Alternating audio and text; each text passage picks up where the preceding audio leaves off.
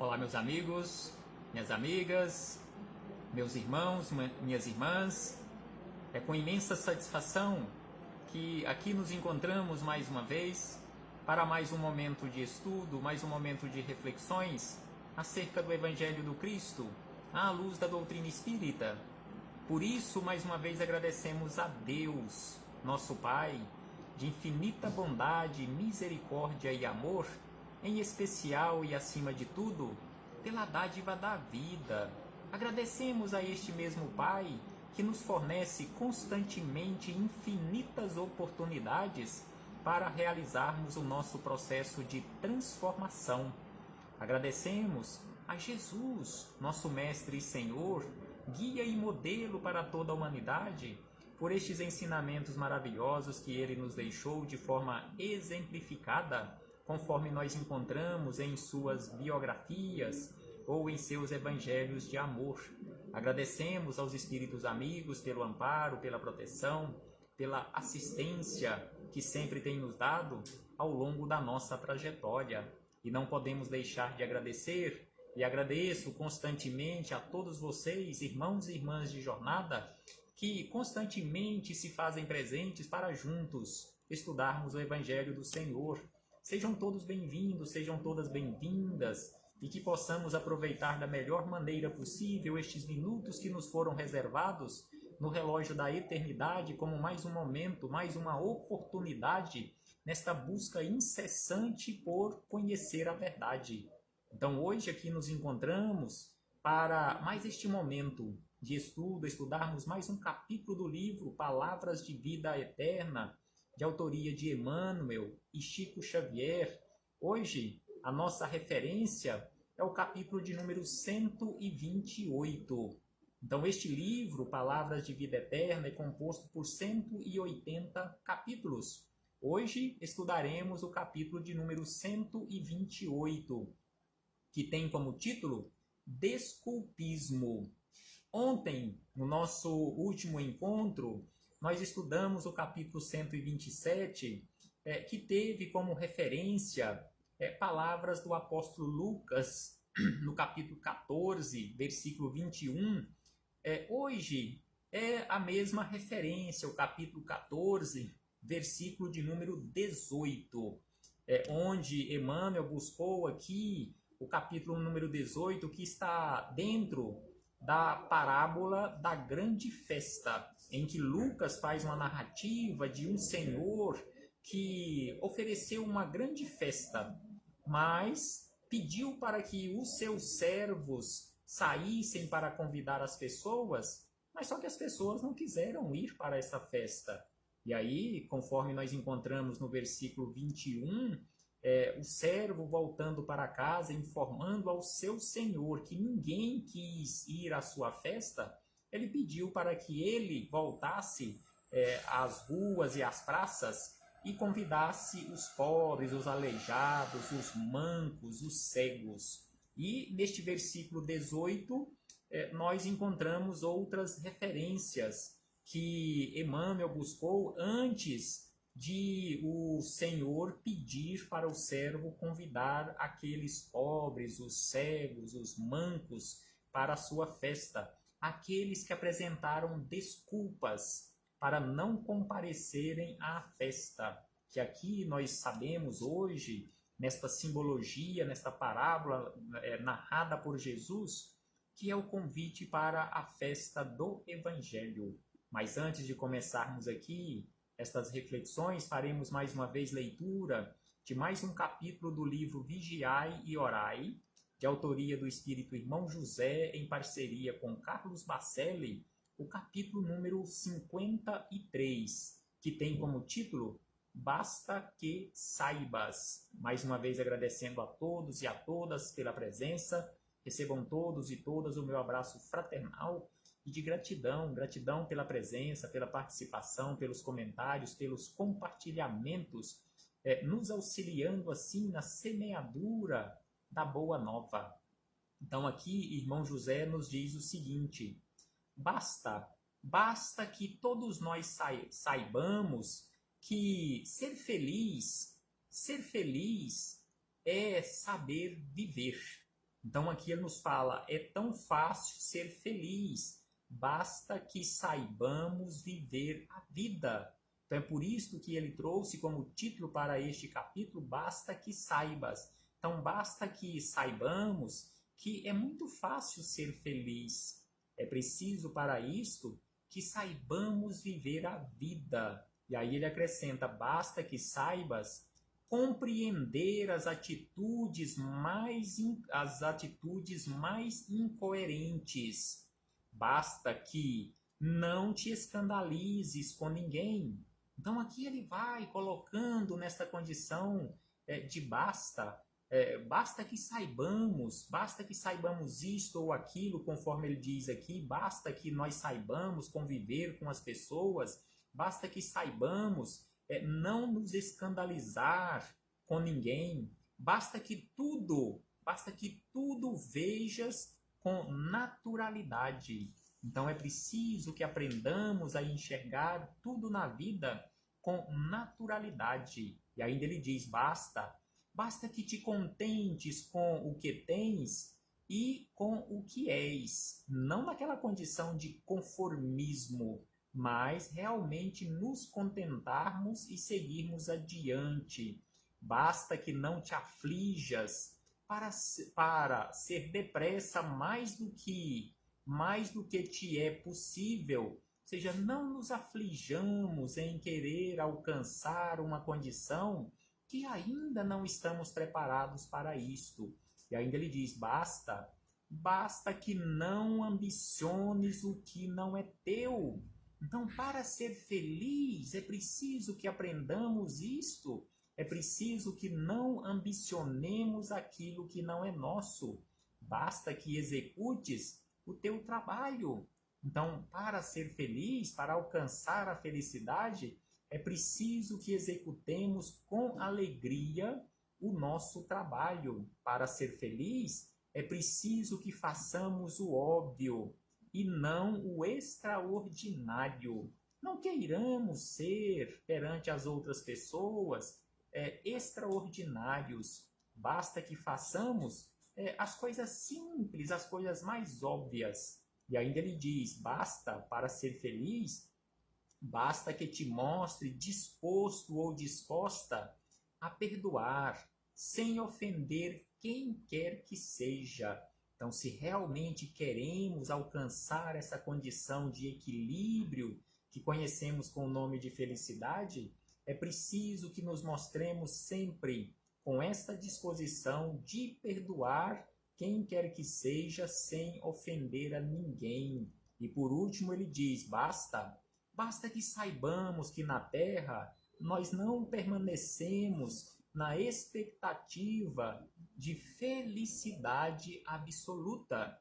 Então é preciso que tenhamos esta noção que não iremos alcançar a felicidade absoluta aqui na Terra, porque Jesus nos disse, no mundo tereis aflições. Então aqui vivemos em um mundo de provas e expiações e sem sombra de dúvida que teremos muitas aflições. Então aqui fechamos este parêntese com o irmão José para chegarmos nas palavras de Emmanuel. Neste capítulo 128, Palavras de Vida Eterna é o nome do livro, e o capítulo tem como título Desculpismo. Então aqui Emmanuel deu esse título a este capítulo exatamente devido às desculpas que apresentamos constantemente todas as vezes, ou quase todas as vezes que somos convidados para a prática do Evangelho. Então aqui Emmanuel, como havíamos dito no início, ele buscou como referência o Evangelho de Lucas, o capítulo 14, o versículo de número 18, que está inserido dentro da parábola da grande festa, em que um senhor deu uma grande festa e pediu para o seu servo de confiança sair às ruas e convidar as pessoas para virem para a sua festa. E aí, no versículo 18, ele diz que todos a uma vez começaram a excusar-se, ou a desculpar, ou não aceitar o convite. Disse-lhe o primeiro, comprei um campo e importa ir vê-lo. Rogo-te que me hajas por desculpado. Então aqui Lucas, na sua anotação, falou deste primeiro que foi convidado, eu não posso ir para a festa, fala para o seu senhor que eu comprei um campo, comprei uma terra, uma fazenda, e eu preciso fazer uma visita, preciso ir ver este novo campo, por isso eu não posso ir à festa. Então assim, Lucas traz esta narrativa, outros foram convidados e também apresentaram desculpas para não comparecerem à festa. Mas conforme nós sabemos, esta narrativa de Lucas, de forma implícita, aqui Jesus está nos falando acerca do convite para a festa do Evangelho. Então aqui toda uma simbologia que nós encontramos de todas estas figuras que foram colocadas nesta parábola, somos todos nós que apresentamos constantemente desculpas para não participarmos deste imenso banquete do Evangelho. Então aqui Emmanuel, ele começa a falar acerca de nós. Então ele diz da seguinte maneira, que desculpismo sempre foi a porta de escape dos que abandonam as próprias obrigações. Então aqui Emmanuel já começa nos puxando a orelha, nos chamando a atenção que desculpismo, ou seja, apresentar desculpas, sempre foi a porta ou a válvula de escape para todos nós que abandonamos as nossas próprias obrigações. E aí ele diz na sequência que irmãos nossos que tiveram a infelicidade de escorregar na delinquência costuma justificar-se com vigoroso poder de persuasão, mas isso não lhe exonera a consciência do resgate preciso. Então aqui Emmanuel nos fala que nós, os nossos irmãos também, todas as vezes que escorregamos, caímos na delinquência, nós costumamos justificar com vigoroso poder e persuasão essas escorregadas nossas, esses delitos nossos, mas, no entanto, todas as desculpas que apresentarmos para justificar a nossa queda ou o motivo da nossa queda, isso, sem sombra de dúvida, que não irá exonerar a nossa consciência. Não conseguiremos burlar a nossa consciência. Poderemos até convencer as pessoas que estão à nossa volta, mas com certeza não iremos exonerar a nossa própria consciência. E aí ele diz ainda que companheiros que arruinam o corpo em hábitos viciosos, arquitetam largo sistema de desculpas, tentando legitimar as atitudes infelizes que adotam, comovendo a quem os ouve. Entretanto, acabam suportando em si mesmos as consequências das responsabilidades a que se afeiçoam. Então aqui ele nos fala acerca dos vícios, que muitos de nós usamos desculpas e até transferimos a responsabilidade para essas situações de vícios, tentando legitimar as nossas atitudes, e aí, sem sombra de dúvida, conforme ele diz na sequência, que com isto nós não iremos de forma alguma, até podemos convencer as outras pessoas, mas nós iremos suportar, sem sombra de dúvida, nós iremos suportar as consequências das nossas escolhas equivocadas, conforme ele diz aqui, comovendo a quem os ouve, entretanto, acabam suportando em si mesmo.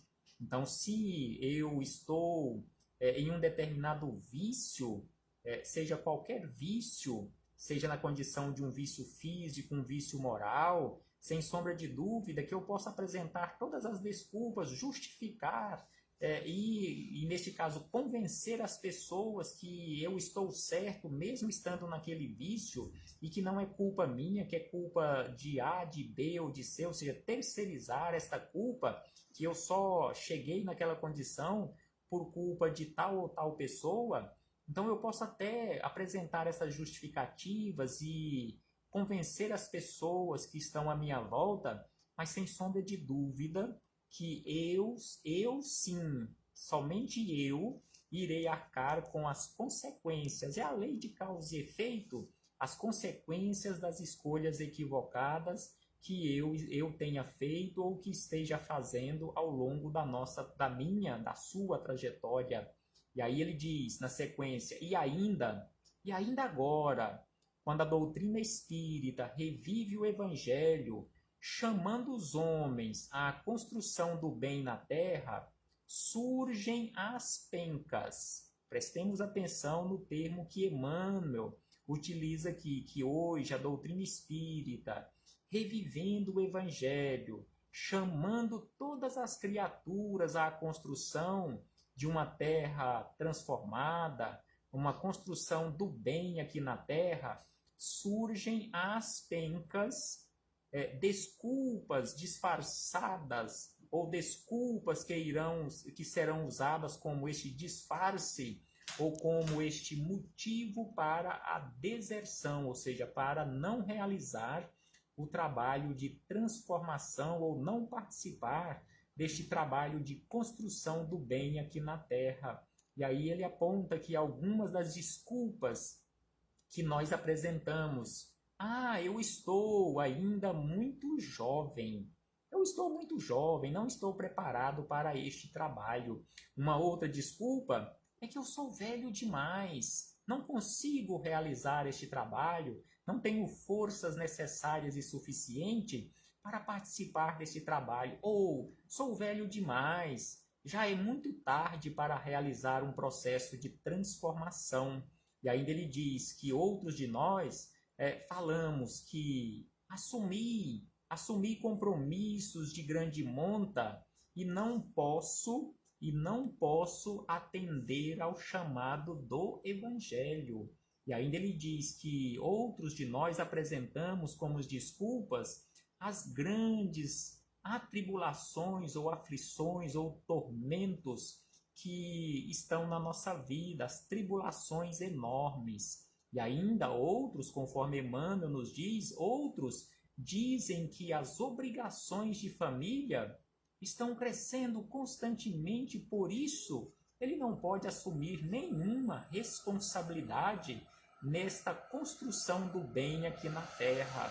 E outros também ainda apresentam como desculpa que os negócios não me permitem qualquer atividade espiritual, ou seja, os meus negócios materiais não me dão tempo, eu não tenho nenhum tempo para nenhuma atividade espiritual. Vamos deixar para depois, quem sabe quando eu me aposentar, eu terei tempo necessário ou tempo suficiente para realizar este trabalho espiritual. E ainda ele diz que outros apresenta como desculpa ou este desculpismo da seguinte maneira: empenhei-me a débitos que me afligem, ou seja, tenho débitos demais, por isso não tenho condições de trabalhar no bem. E outros dizem que os filhos tomam todo o tempo, por isso não tenho nenhum tempo sobrando para realizar ou ajudar neste trabalho de construção do bem na terra. E por último ele diz que outros usam como desculpa que os problemas são muitos, por isso não me sobra nenhum tempo para a realização de nenhuma atividade espiritual.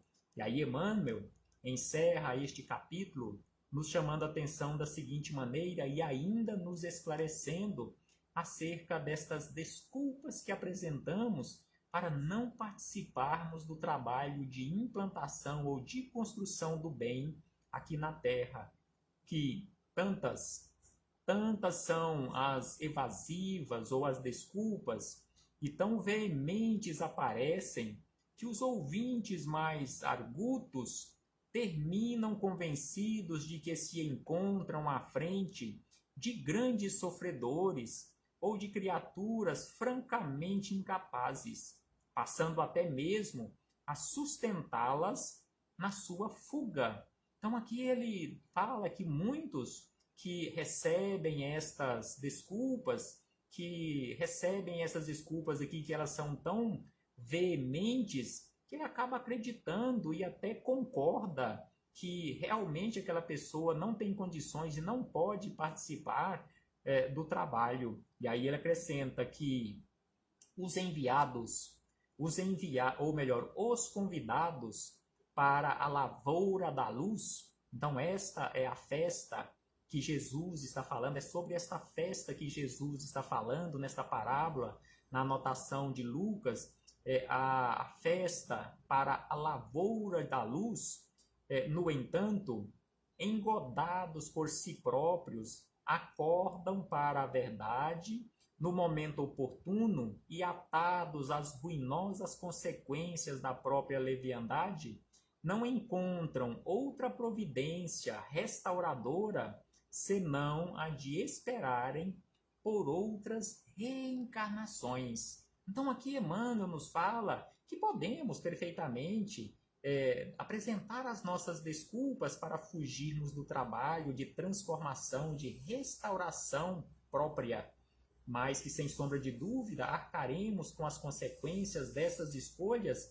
E estes, ou seja, todos nós que estamos sendo constantemente convidados para a lavoura de luz, nós iremos um dia acordar, mas que talvez quando acordarmos já seja tarde demais nesta existência e que neste caso teremos que aguardar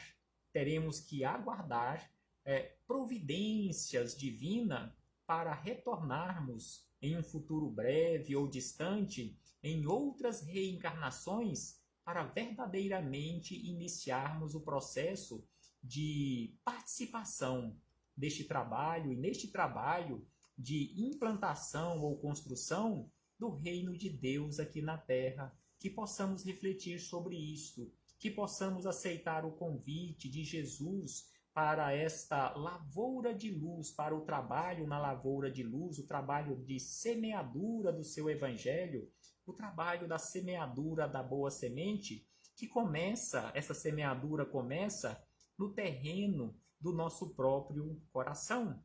Que possamos refletir sobre isto, meus irmãos e irmãs, e colocarmos mãos à obra.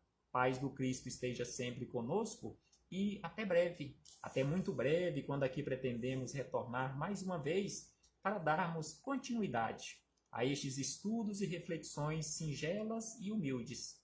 Muito obrigado a todos e a todas, em nome do Senhor Jesus.